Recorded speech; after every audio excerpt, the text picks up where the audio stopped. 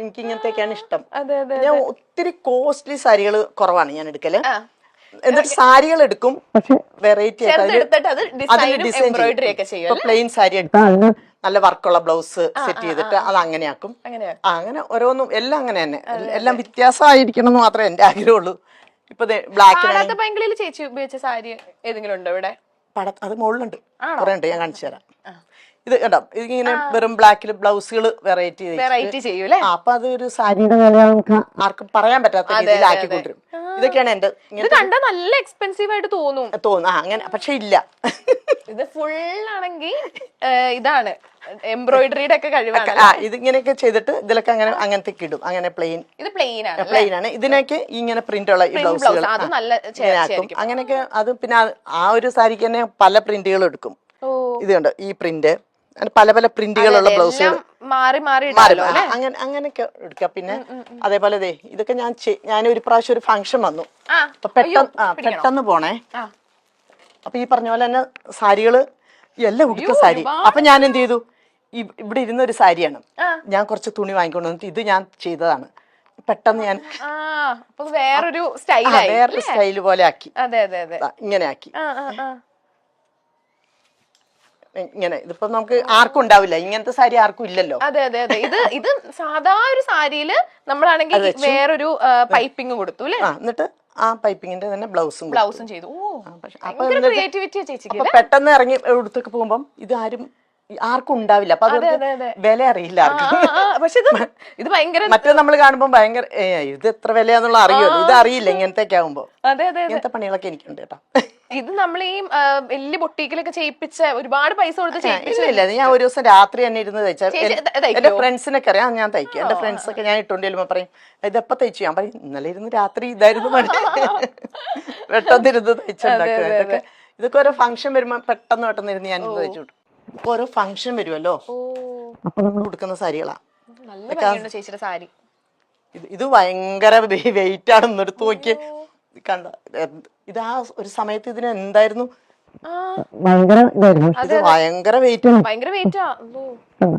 Full hand work ആണോ? Full hand work. ഇതൊക്കെ നമ്മള് എത്ര എമൗണ്ട് ആയിട്ടുണ്ടാവും? ഇതിന് ഭയങ്കര കോസ്റ്റ്ലി ആയിരുന്നു. കോസ്റ്റ്ലി ആണോ? പക്ഷെ ഇതൊക്കെ രസമായിരുന്നു ആ സമയത്ത് ഉടുക്കുമ്പോഴേ. നല്ല രസമുണ്ട്. വേണം കൊണ്ടുവെക്കോ, വേണം എടുത്തോ. ഞാൻ തമാശല്ല, സീരിയസ് ആയിട്ട് പറഞ്ഞു. എന്റെ വകയായിട്ട് കയ്യിലിരുന്നോട്ടെ. ചേച്ചി എനിക്ക് സാരി തന്നു, ഒരു ബ്ലാക്ക് ഇരുന്നോട്ടെ. ഓ താങ്ക് യു ചേച്ചി. അടിപൊളി. നോക്ക് ചേച്ചി എനിക്ക് സാരി തന്നു. അടിപൊളി. ഞാൻ എന്തായാലും ഇത് വെച്ചിട്ടൊരു വീഡിയോ ഒക്കെ എടുത്തിട്ട് ഞാൻ പറയും. എനിക്ക് ചേച്ചി ഒന്നാമത് പിന്നെ സോഷ്യൽ മീഡിയയിൽ ആക്റ്റീവ് ആയിട്ട് എല്ലാവർക്കും ചേച്ചി നല്ലതായിട്ട് അറിയാം അല്ലേ. ഈ പാടാത്ത പെങ്കിളിയുടെ വിശേഷം പറഞ്ഞപ്പോഴാണ് അതിനകത്ത് 3 ദേവ വന്നിട്ടുണ്ടായിരുന്നല്ലോ. സൂരജേട്ടൻ വന്നിട്ടുണ്ടായിരുന്നു, പിന്നെ ലഗ്ജിത്തേട്ടൻ, പിന്നെ മനുച്ചേട്ടൻ. അതിനകത്ത് അമ്മ എന്നുള്ള നിലയ്ക്ക് ചേച്ചിക്ക് ആരോടത്തായിരിക്കും കുറച്ച് കൂടുതൽ? ഞാൻ കൊണ്ടുവന്ന എന്റെ മോനാണല്ലോ സൂരജ്. സൂരജേട്ടനോട് ഒരു കുറച്ച് ഇഷ്ടം കൂടുതലുണ്ട്. എനിക്ക് അവന്റെ ഓരോ സ്വപ്നങ്ങളൊക്കെ പറയുമ്പോ ഞാൻ എല്ലാം ഇങ്ങനെ നടക്കും മോനെ ഇങ്ങനെ കൊണ്ടുനടക്കുമായിരുന്നു. പാടത്തെ ഭയങ്കര സെറ്റൊക്കെ മിസ് ചെയ്യും. ചേച്ചി അവിടെ നിന്ന് പെട്ടെന്ന് പോകുന്നല്ലേ? ഇല്ല, 3 വർഷം ഫുൾ സീരിയൽ കഴിഞ്ഞപ്പോഴാണ് പോകുന്നത്.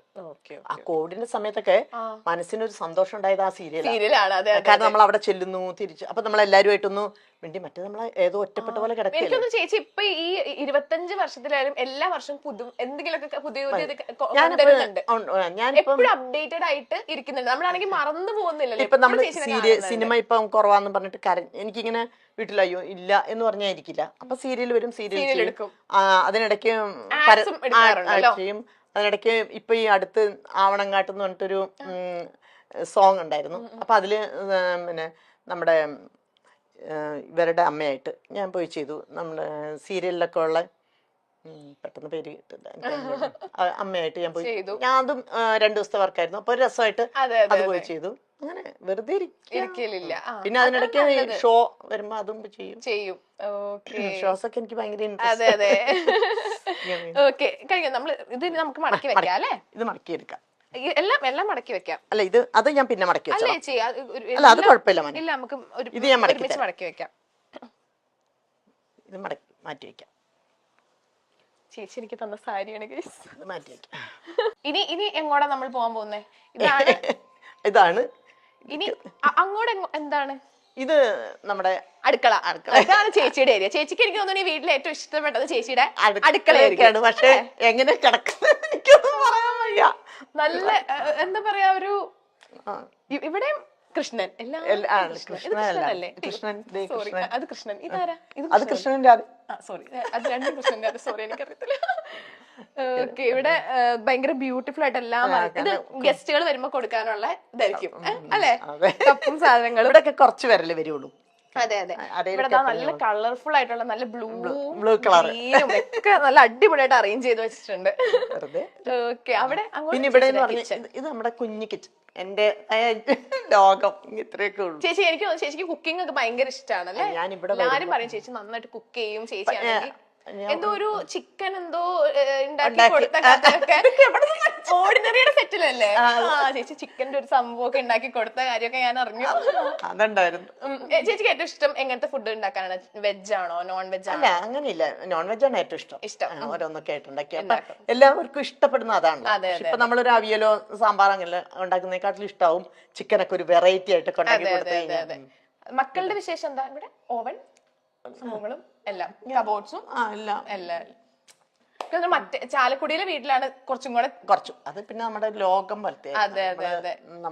മക്കളെല്ലാരും അവിടെയാണോ? മക്കളില്ല, മൂത്താളിപ്പം ബാംഗ്ലൂരാണ്, അവിടെ ടീച്ചറാണ്, മോൻ സോഫ്റ്റ്വെയർ ആണ്. അപ്പൊ അവരവിടെ സെറ്റിൽഡ് ആണ്. രണ്ടാമത്തെ ആള് തൃശ്ശൂരുണ്ട്, അവളും ജോലിയുണ്ട്, റവന്യൂല് വർക്ക് ചെയ്യുന്നു. ഒരു കുഞ്ഞു മോനുണ്ട്, അവൻ +2 പഠിക്കുന്നു. ഓക്കെ, ഇനി മേളിലോട്ടുണ്ടോ ചേച്ചി? മേളില് റൂമായിട്ടില്ല, പക്ഷെ നമ്മളുടെ സാധനങ്ങൾ ഇങ്ങനെ ഷൂട്ടിംഗ് സാധനങ്ങളൊക്കെ എല്ലാ ഡ്രസ്സുകളും അവിടെയാണ്. പറ്റും, പക്ഷെ ഇവിടെ എന്റെ ഇങ്ങനെ കിടക്കുന്നോണ്ടേ. ഓ, ഇവിടെ വേറെ ഡോർ ഉണ്ടല്ലേ ഇങ്ങനെ. ഓക്കെ. ഓ, ഇവിടെ ഫുൾ കൃഷ്ണൻ, കൃഷ്ണമയം. കൃഷ്ണന്മാരുള്ള ജീവിതമാണ്. കുറെ കൃഷ്ണനും. ഞങ്ങളുടെ ജീവിതം ഇങ്ങനെയാണ്. അതെന്താ വെച്ചാല് കുട്ടികളൊക്കെ കല്യാണം കഴിഞ്ഞ് പോയതിനു ശേഷം നമ്മള് ഒറ്റപ്പെട്ട പോലെ നിൽക്കുകയാണല്ലോ. അപ്പൊ എന്റെ ഏക സങ്കടം പറയാനും സന്തോഷം പറയാനും എന്തിനും വന്നിവിടെയാണ് ചേരുന്നത്. കാരണം അപ്പുറത്തൊരു കൃഷ്ണൻ ഇരിക്കില്ലേ, അതൊരു വലിയൊരു കൃഷ്ണൻ. ആ കൃഷ്ണനെ ഞാൻ കട്ടിലേക്ക് കിടത്തുമായിരുന്നു. കാരണം തൊട്ടടുത്തൊക്കെ കള്ളന്മാര് കയറി ഭയങ്കര പ്രശ്നങ്ങളായേ. അപ്പൊ എനിക്ക് ഭയങ്കര പേടിയായി. രാത്രിയായപ്പോ എനിക്ക് ദൈവം എന്റെ കൃഷ്ണ, ഞാൻ പേടിയല്ലേ കള്ളനൊക്കെ വന്നാലോ. അപ്പൊ ഞാനിത് ഈ കൃഷ്ണ ഇവിടെ കൊണ്ട് എന്റെ കട്ടിലിന്റെ ഇവിടെ കിടത്തു. ഞാൻ ഇപ്പുറത്ത് കിടക്കും, ഇവിടെ തന്നെ കിടന്ന് ആരെങ്കിലും വരെയായിട്ട് നോക്കിക്കോളാൻ പറഞ്ഞു. പക്ഷെ എനിക്ക് ഇതുവരെ എനിക്ക് പേടി എന്ന് പറഞ്ഞ സാധനം ഉണ്ടായിട്ടില്ല. ഭയങ്കര ധൈര്യമാണ് എനിക്ക്. അതെ അതെ, അത് ഫുൾ കൃഷ്ണൻ വീട്ടിലുള്ളതിന്റെ ഒരു ഇത്. എനിക്കൊരാളെ പോലെ ഇപ്പൊ എനിക്ക് എന്തെങ്കിലും സങ്കടമൊക്കെ വന്നാൽ ഞാൻ അവിടെ പോയിട്ടാണ് പറയാം. പക്ഷെ നടക്കത്തില്ല, പക്ഷെ കൊറേയൊക്കെ ഞാൻ ഏറ്റവും അവസാനം ആകുമ്പോ നടക്കും. ആദ്യമൊന്നും നടക്കൂല. അപ്പൊ എനിക്ക് അപ്പോഴും ചില സമയത്ത് തന്നെ മനസ്സിലാക്കും അവസാനം ചെയ്യും, ഏറ്റവും അവസാനമായിട്ട്. ഭയങ്കര ഇഷ്ടമാണ്. ഒരു ഗണപതി ഉണ്ടല്ലോ ഇവിടെ. ഉണ്ട് ഗണപതി. ഇവിടെ എന്ന് പറഞ്ഞാൽ ഒന്നും ഇല്ല കേട്ടോ. നിങ്ങള് ഇതൊക്കെ എടുത്ത ആൾക്കാരെ കാണിക്കല്ലേ. അവിടെ ഇവിടെ എന്റെ തുണികള്, എന്റെ ഷൂട്ടിംഗ് തുണികളുടെ ബഹളമാണ്. ഇവിടെയാണ് ചേച്ചി തുണിയൊക്കെ. ഷൂട്ടിങ്ങിന്റെ സാരികളാ, മൊത്തം സാരികളാ ഇവിടെ. അയ്യോ, ഇവിടെ ഒരുപാട് സാരികളുണ്ടല്ലോ. ഇവിടെ ഒത്തിരി ഉണ്ട്. ഇവിടെ ഒത്തിരി സാരികളുണ്ട് കേട്ടോ. നമ്മൾ നേരത്തെ കണ്ടത് ഒരു ചെറിയൊരു വേർഷൻ, അതിലും കൂടുതലുണ്ട് ഇവിടെ. ഇതിന് രണ്ടിലും കൂടി കൂടുതലുണ്ട് ചാലക്കുടിയില്. ചാലക്കുടിയിലും ഒക്കെ ആയിട്ട് ഇതൊക്കെ നമ്മള് ഇപ്പോഴും ഒരു ഷൂട്ടിങ്ങിന് വേണമല്ലോ. അതെ അതെ, എപ്പോഴും നമുക്ക് സാരികളുടെ ബഹളമാണല്ലോ. ചേച്ചി കൂടുതൽ സാരികളാണോ പുറത്ത്? എനിക്കൊന്നും ചേച്ചി കൂടുതൽ ഇങ്ങനത്തെ ഡ്രസ്സൊക്കെ ആയിരിക്കും. സാരി ഉടുക്കൽ കുറവാണ്. ഇത് ഫുൾ നമ്മുടെ ഷൂട്ടിങ്ങിനുള്ള സെറ്റ് മുണ്ടും അങ്ങനത്തെ സാരികളാണ്. ഇത് സാധാരണ ചേച്ചി ഉടുക്കാറുള്ള പോലത്തെ സാരികൾ. ഇതൊക്കെ ഷൂട്ടിങ്ങിനാ. ഇനി അവിടെ എന്താ ചേച്ചി? ഇത് ടെറസാണ്. ഒരു നീണ്ട, അവിടെ നിറയെ കിളികളുണ്ട് അപ്പുറത്ത്. അപ്പൊ അത് നോക്കി വർക്കൗട്ട് ചെയ്യുന്നത്. ചേച്ചി വർക്കൗട്ട് ചെയ്യാറുണ്ടോ? ആദ്യം ഇപ്പൊ ഞാൻ എല്ലാം കൂടെ കയറ്റി വെച്ചാൽ ഞാൻ പറഞ്ഞ വൈറ്റ് വാഷ് വർക്കൗട്ട് ചെയ്യും. അതാണ് ഈ സൗന്ദര്യത്തിന്റെ രഹസ്യം. എപ്പോഴും ഇങ്ങനെ ചുറുചുറുക്കോടെ ഇങ്ങനെ നടക്കുന്നത് വർക്കൗട്ടും അല്ലെ. എങ്ങനെ ഇപ്പൊ നോക്കി എപ്പോഴും ചേച്ചിനെ കാണുമ്പോ ഒരു ഐശ്വര്യാണ്. അങ്ങനെയുണ്ടോ? അല്ലേ? ഇല്ല, ഞാൻ എന്താന്നറിയോ മോനെ, എനിക്ക് തോന്നുന്നു ചേച്ചി എല്ലാം ഇന്റർവ്യൂലോ എവിടെ പോലും ചേച്ചിയുടെ അടുത്ത് ആദ്യം ചോദിക്കുന്ന ഒരു കാര്യം എങ്ങനെയാണ് എപ്പോഴും ഇങ്ങനെ. ഇല്ല, ഞാൻ എന്താന്നറിയോ, വല്ലാണ്ട് ഇങ്ങനെ ടെൻഷൻ അടിച്ച് അതിനെക്കുറിച്ച് ചിന്തിച്ച് മനസ്സിതാക്കൂല. ഞാൻ തന്നെ ഓർക്കും ഇത് അങ്ങനെ ആക്കിയിട്ട് ഒരു കാര്യമില്ല, നമുക്ക് ശരിക്കും കൊണ്ടുവരണമെങ്കിൽ നമ്മൾ തന്നെ വിചാരിക്കണം. അതെ അതെ അതെ തീർച്ചയായും. അപ്പൊ പിന്നെ ഈ വെറുതെ ടെൻഷൻ അടിക്കുന്ന നേരത്തെ എന്താണ് ഇതിന്റെ ഒരു പോംവഴി എന്ന് വിചാരിച്ചാൽ ഞാൻ അതുകൊണ്ട് കുറെ ടെൻഷനുകളൊക്കെ ഞാൻ തന്നെ കളയും. അതെ, ടെൻഷൻ പകുതി നമ്മുടെ ലൈഫിൽ നിന്ന് ഒഴിഞ്ഞാൽ തന്നെ നമുക്കൊരു കുറെ ഇതുണ്ട്. അത്രേ ഉള്ളൂ അങ്ങനത്തെ. ചേച്ചി പിന്നെ പെട്ടെന്നാണെങ്കിൽ പാസ്പോർട്ട് എടുത്തിട്ട് ലൈക് 2-3 ദിവസത്തിനുള്ളിൽ പാസ്പോർട്ട് എടുത്ത് പെട്ടെന്ന് ഒരു ഷൂട്ടിന്റെ ലൊക്കേഷനിൽ പോയി എല്ലാ കഥകളും അറിഞ്ഞിട്ട് 300ഓളം സിനിമകൾ താരം ഇതിനോടകം മലയാളത്തിൽ ചെയ്തു. കൂടാതെ മെഗാ സീരിയലുകളിലടക്കം ഗംഭീര വേഷങ്ങൾ ചെയ്തു. സിനിമാ പ്രേമികൾക്ക് അംബിക മീശമാധവനിലെ പിള്ളേച്ചന്റെ ഭാര്യയും സീരിയൽ പ്രേമികൾക്ക് പാരിജാതത്തിലെ അമ്മായിയുമാണ്. ഈ കഥാപാത്രങ്ങളുടെ പേരിലാണ് ആളുകൾ അംബികയോട് സ്നേഹം പ്രകടിപ്പിക്കാൻ എത്തുന്നത്. ചിങ്ങപ്പെണ്ണിന് കണ്ണെഴുതാൻ എന്ന ആൽബത്തിൽ സുരേഷ് ഗോപിയുടെ അമ്മയായി അഭിനയിച്ചുകൊണ്ടാണ് അംബിക മോഹൻ ഈ രംഗത്തേക്ക് കടന്നു വന്നത്. മക്കളെ വിവാഹം ചെയ്തയച്ച് സ്വസ്ഥമായി കഴിയുന്ന കാലത്തായിരുന്നു അംബികയെ തേടി അവസരങ്ങൾ എത്തിയത്. KCB എഞ്ചിനീയറായി റിട്ടയർ ചെയ്ത ചന്ദ്രമോഹനാണ് അംബികയുടെ ഭർത്താവ്. 2 പെൺമക്കൾ ദിവ്യയും റോമിയും. 2 പേരും ടീച്ചർമാരാണ്. ഇപ്പോൾ അംബികയ്ക്ക് കൂട്ട് അമ്മയാണ്.